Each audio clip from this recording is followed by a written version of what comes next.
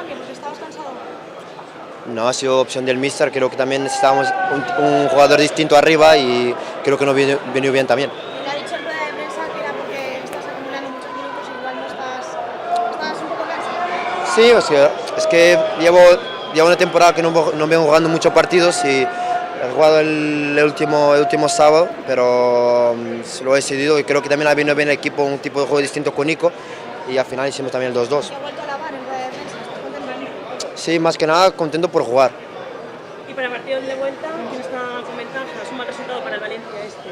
Sí, pero creo que con los delanteros que tenemos creo que es posible pasar la eliminatoria. Más que el gol, de hecho que estoy jugando cada vez más minutos y me estoy encontrando cada vez más cómodo. O sea, eso para mí viene muy bien. El equipo no lo ha perdido en ningún momento la cara del partido, a pesar de que el Atlético de Madrid se ha adelantado por dos veces en el marcador. Sí, menos mal, porque o sea, Madrid también es un buen equipo, pero hemos mostrado el partido 2 veces y lo hicimos muy bien remontar.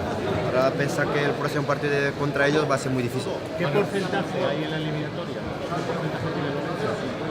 Yo creo que 50-50, porque fuera de casa tiene mucha calidad arriba y podemos hacer daño a ellos.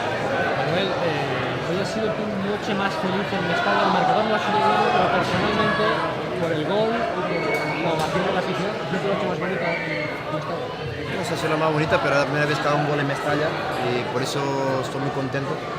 Pero más contento estaría si habíamos ganado el partido. Entonces no te voy a decir que es la mejor noche para mí. Tienes claro que vais a hacer goles en el Calderón porque tenéis mucha pegada arriba, ¿verdad? Sí, yo estoy seguro que de ahí vamos a hacer goles. Es una cuestión de que son los suficientes para pasar. Vale, Manuel,